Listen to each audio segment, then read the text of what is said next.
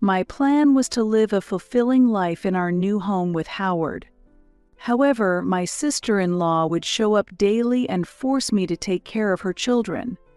"I got a night job today, so please take care of the kids. Save some dinner for me too," she demanded. Reluctantly taking care of the children, I gradually became unable to tolerate her repeated demands and Howard's indifference to them. My name is Holly, and I will soon be 32 years old. I met Howard at the company I joined shortly after graduating from university. At first, we often had drinking parties with our fellow new hires, and it was through these gatherings that I gradually became close to him. However, it did not immediately develop into a romantic relationship. 5 years after joining the company, many of our peers had transferred or changed jobs, resulting in fewer drinking parties. Amid this, a year-end party at work gave me the opportunity to go drinking with Howard again after a long time. In our 7th year at the company, we were assigned to the same department for the first time. We knew each other's contact information, but we had never met privately. Therefore, it was very enjoyable to meet and have a lively conversation at the year-end party. Taking advantage of the excitement of the occasion and the influence of alcohol, we decided to start dating. We officially framed it as a casual attempt, but in reality, I was quite serious. The truth was that we had not yet met our ideal partners, even after reaching our 30s. At this age, actively seeking new people to meet started to feel bothersome. I no longer participated in matchmaking parties and felt uneasy about using trendy dating apps. In this situation, since I had known Howard for a long time, we were well acquainted and had no need for formalities. Above all, Howard was a trustworthy person and not unattractive. In fact, seeing him again after a long time, he seemed more attractive than before. Even if we ended up breaking up, I could always say that we were just swept up in the moment. He was a kind of safety net for me. For these reasons, I decided to date him. What started as a whim turned out to be very enjoyable when we were together. I have a hobby of reading comics, and I especially enjoy watching live-action or animated adaptations. On the other hand, Howard's hobby is fishing. Having different hobbies allowed us to share our interests and deepen our relationship. Our relationship progressed smoothly, and in the year we both turned 30, we decided to get married. Given our ages, the decision to marry came naturally. Although we reached the point of marriage, we hadn't experienced any major conflicts, so I thought we were well matched. Before starting our life together, we decided to greet each other's families. My parents had been eager for me to marry soon, and when I introduced Howard, they were so happy that they cried. With smiles, they jokingly said, "Don't come back anymore." Seeing my parents' reaction, I was moved. With my parents' blessing, we felt happy and later went to greet Howard's family. Howard's family lived in an apartment. He had an older sister who was already married and had left the house. Surprisingly, she had also come to meet me at their home. I selected a gift from a popular pastry shop near my workplace and prepared to visit Howard's family. "There's no need to be nervous, just be yourself," Howard reassured me, but my mind was not at ease. Since I have no siblings, I hope to make a good impression on his sister. I secretly looked forward to becoming close with her and enjoying conversations amongst women. This desire made me somewhat nervous. However, my expectations were soon shattered, and I found myself overwhelmed by her behavior. Stepping into Howard's home nervously, his parents welcomed me warmly. "Welcome. You are so adorable. Thank you for coming today." Howard's parents had a gentle and very calm demeanor. They had already retired and were living on their pensions while working part-time occasionally. When I handed over the gift, Howard's mother guided me, saying, "I'll make some tea, so please have a seat." While she prepared the tea, Howard's father casually helped her. Seeing this, I hoped that someday Howard and I could become a couple like his parents. At that moment, Howard suddenly said, "Is my sister late again? She can never be on time." Howard's sister had not shown up yet. I hadn't met her yet, but I imagined what she might be like. Being the daughter of such kind parents, she must have a bright personality. Maybe she's carefree, which is why she's late. What kind of person could she be? I'm looking forward to meeting her, but I am nervous. Having received a good impression from Howard's parents, I was even more nervous about meeting his sister for the first time. An hour passed, and Howard's sister was still not there. It's usual for her to be late, but it's rare for her to be this late. She did say she would come today, right? Howard said, looking worried. Yes, I confirmed the time with her yesterday. If she has other plans, she should prioritize those. Howard's mother said, concerned about our schedule. Still, thinking it was a special day with no other plans, we continued to wait for her arrival. After a while, the front door suddenly opened, and instead of the expected sister-in-law, 4 children entered the living room.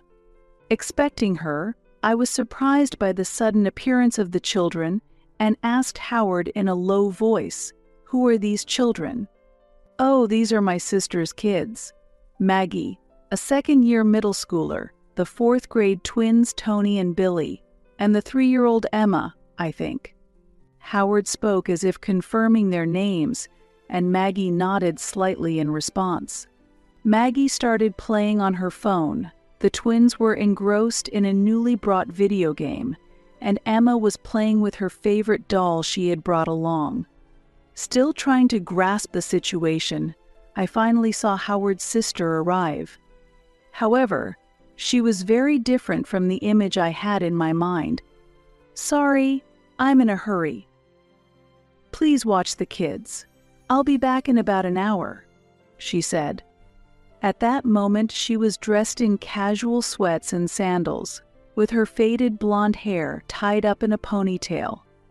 "Linda, today is an important day because Howard's fiancé is here," said Howard's mother, but Linda had already left the house.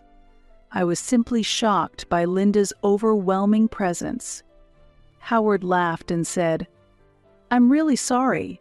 My sister is always like that, but with 4 kids to raise, she tends to forget her schedule. I can't imagine the busyness of raising children since I have no experience, but I feel like she shouldn't forget such an important day." However, I couldn't actually say those words, so we just waited for Linda to return. Linda said she would be back in about an hour, so I wanted to make sure to meet and greet her properly. "I'm sorry for the trouble," Howard's mother apologized. Meanwhile, the children were completely at ease, as if they were at home, each absorbed in their favorite activities. I thought it was a great opportunity to get close to Linda's children, but the atmosphere was not conducive. Maggie was focused on her phone with her earphones in, the twins were loudly engrossed in their game, and Emma was playing alone with her doll, leaving no opportunity to talk to her. Thanks to the children, the house was always full of energy. According to Howard's parents, Linda often left the children at home when she had errands to run. Living in an apartment, they told the twins to be quiet, but they rarely complied, making childcare difficult for the elderly parents.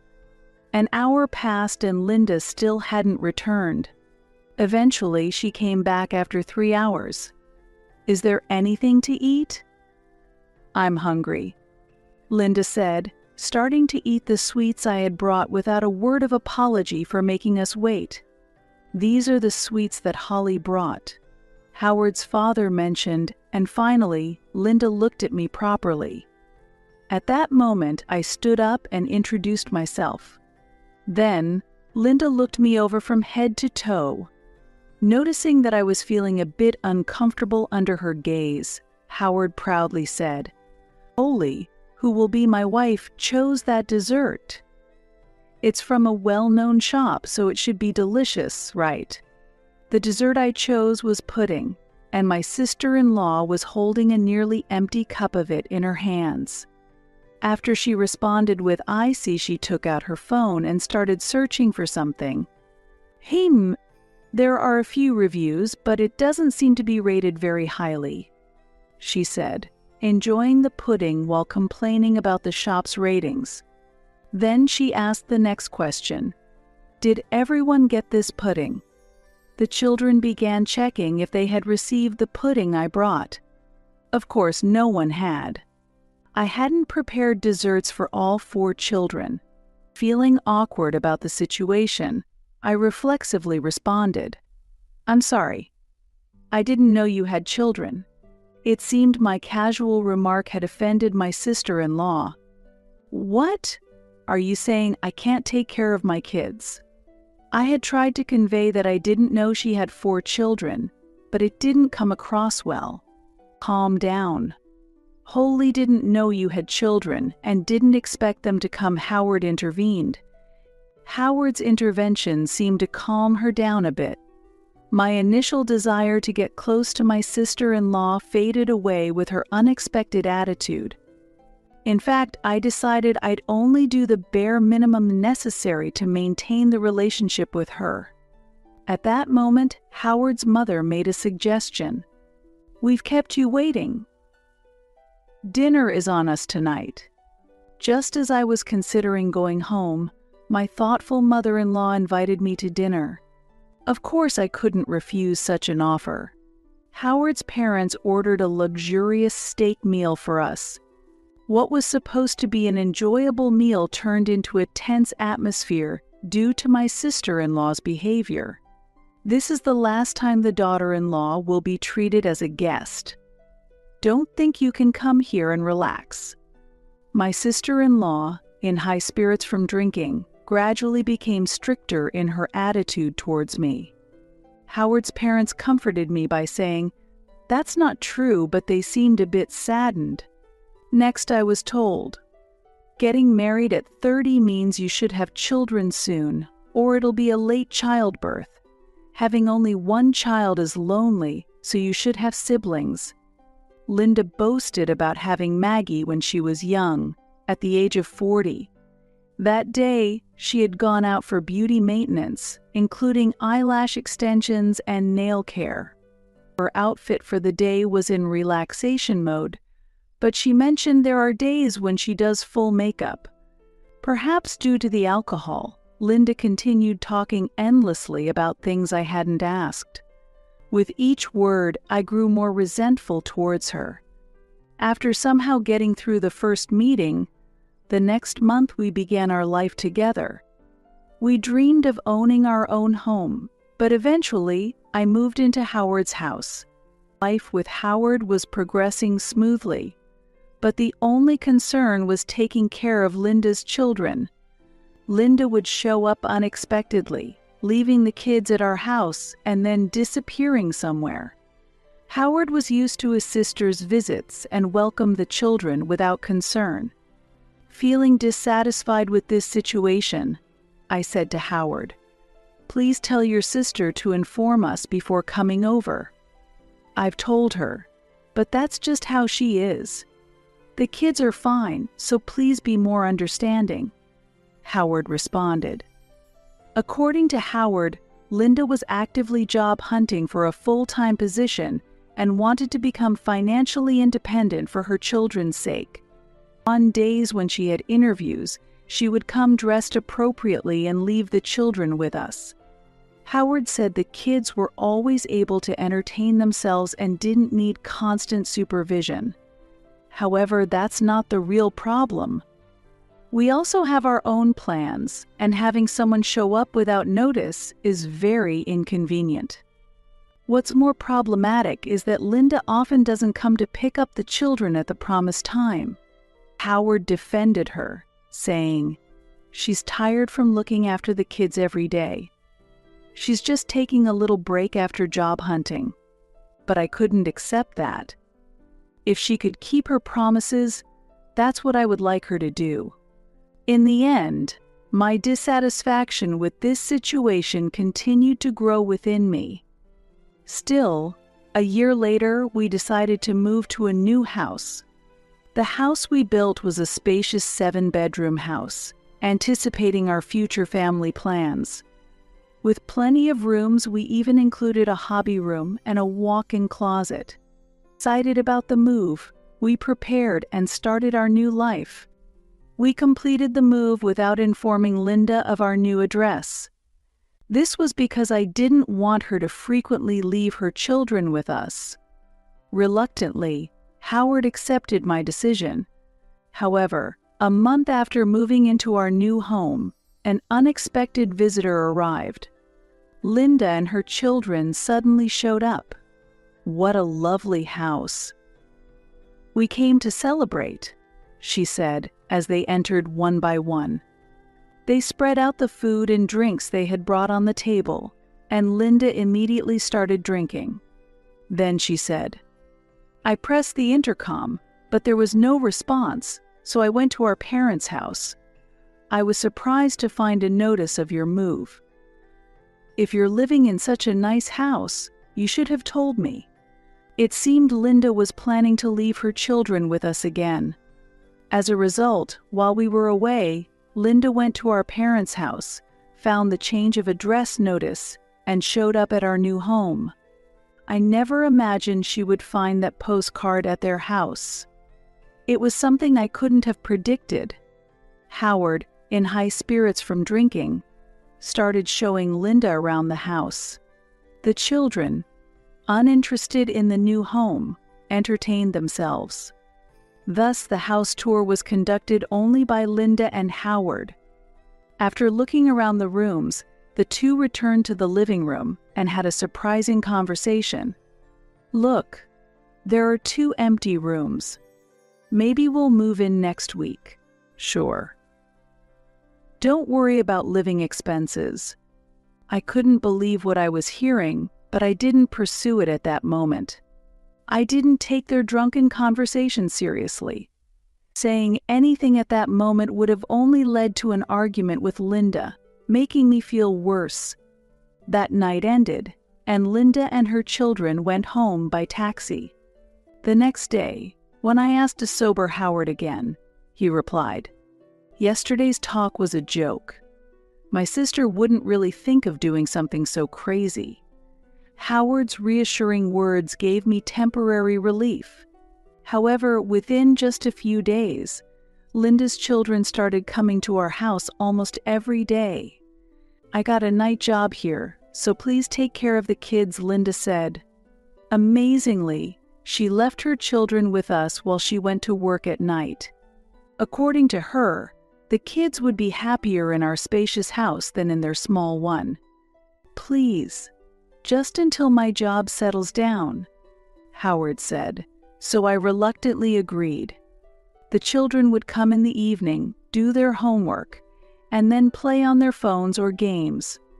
I hadn't expected them to do their homework, so I was pleasantly surprised. Maggie was fascinated by my comic collection room, and the twins were engrossed in games. We hadn't talked much before, but this opportunity gradually increased our conversations. Emma watched our interactions and invited me to play house with her. Despite Linda's troublesome behavior, I gradually built a bond with the children. However, my continued tolerance led to even more intrusion by Linda. Previously, she would send them over after dinner, but now she sent them without any food. As a result, I ended up taking care of their meals without any reimbursement from her. Moreover, Linda would arrive well past the promised time and brazenly ask, "Save some dinner for me too."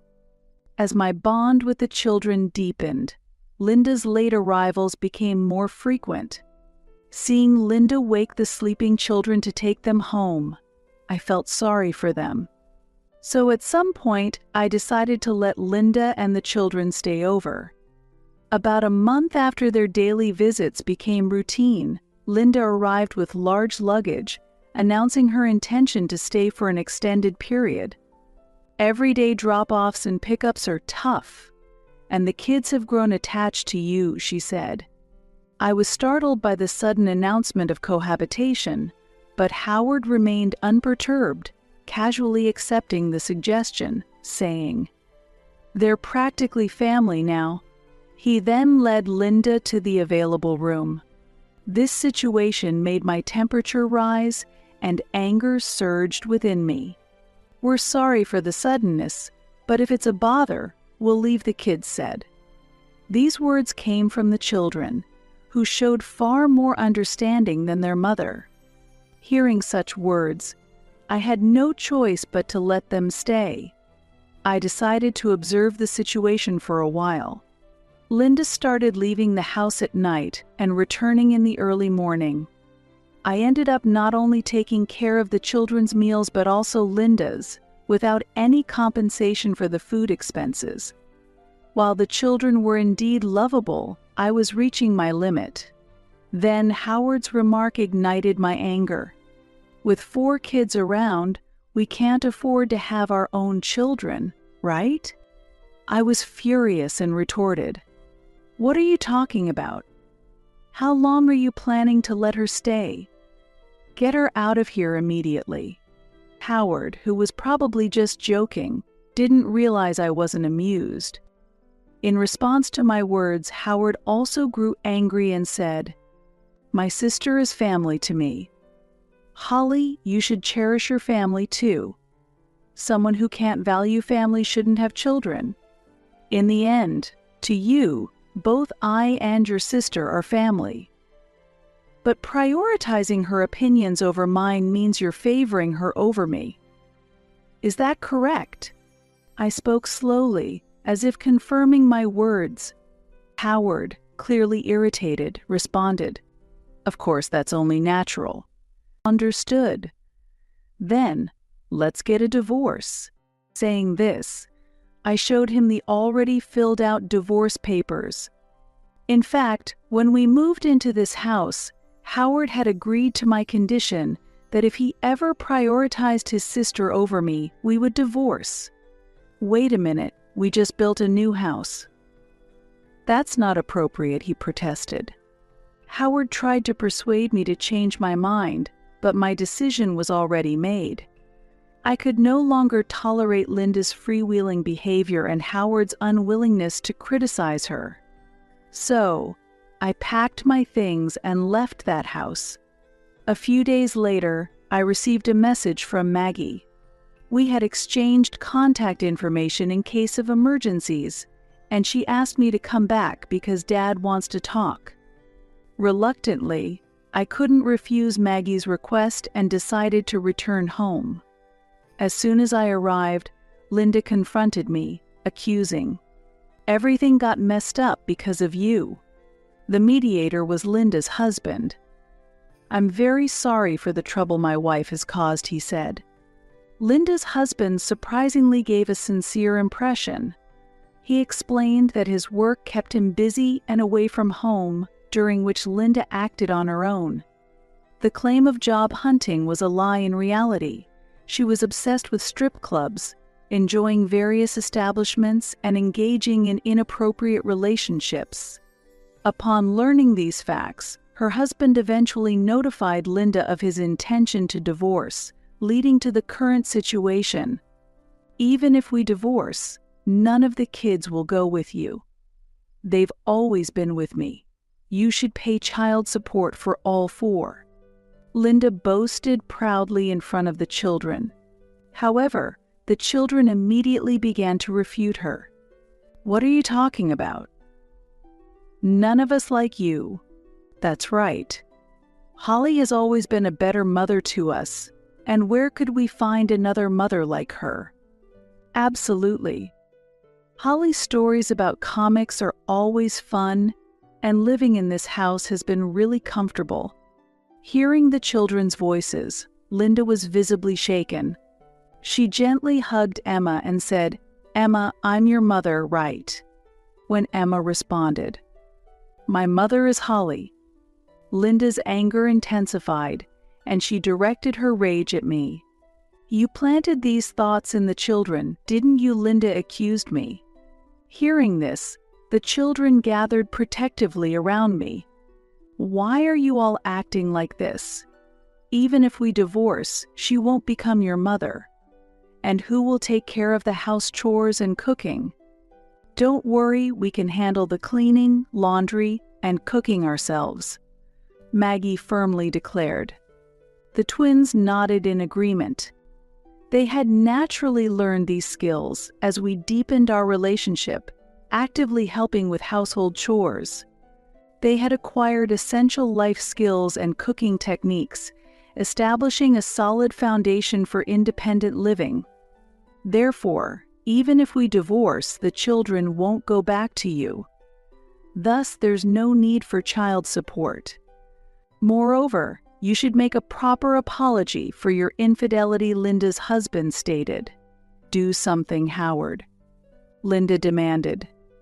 Howard, who had been tense and silent for a long time, suddenly found himself drawn into the conversation, unable to hide his confusion. Seeing Howard's hesitation only increased my frustration. "Howard, you've always taken your sister's side, haven't you? So why don't you follow through?" "Well, okay, if you cancel the divorce, I'll support you," Howard blurted out. What are you saying?" "Our divorce is already finalized, so I won't be swayed." I was shocked by Howard's arrogant attitude. Linda, equally frustrated, retorted, "What? You're completely useless." Seeing no reason to stay in such a situation, I quietly left the house while Howard and Linda argued intensely. Linda ultimately failed to obtain custody of any of the children, and the divorce was finalized. I've heard that Linda's ex-husband consulted with his company to adjust his work schedule, making efforts to spend more time with the children. After the divorce, Linda tried to return to her parents' house, but knowing the reason for the divorce, they harshly criticized her, saying, "It's disgraceful to be so involved with men. Have some shame," and rejected her. As a result, she became even more engrossed in the nightlife, becoming obsessed with strip clubs. In the process, she accrued a large debt from unreliable sources and now works tirelessly to repay it. However, since customers without money were not needed, I heard that she eventually got banned from those clubs. On the other hand, my divorce from Howard was finalized without any issues. We used to work at the same company, but since Howard had transferred a few years ago, our divorce did not spread at the workplace. This ensured my position at work remained secure. Afterward, they transferred the newly built house we lived in during our marriage to me. When I informed my parents about the divorce, they were indeed disappointed, but since I had my own house, I didn't have to return to live with them. Although I need to repay the mortgage, as long as my current job continues, I should be able to manage. Living alone in a spacious house sometimes makes me feel lonely, but the occasional visits from Linda's children bring joy to my daily life. Maggie and the others often say, "I wish Holly could be our real mother. But for now, I am enjoying my single life and plan to continue this way for the foreseeable future."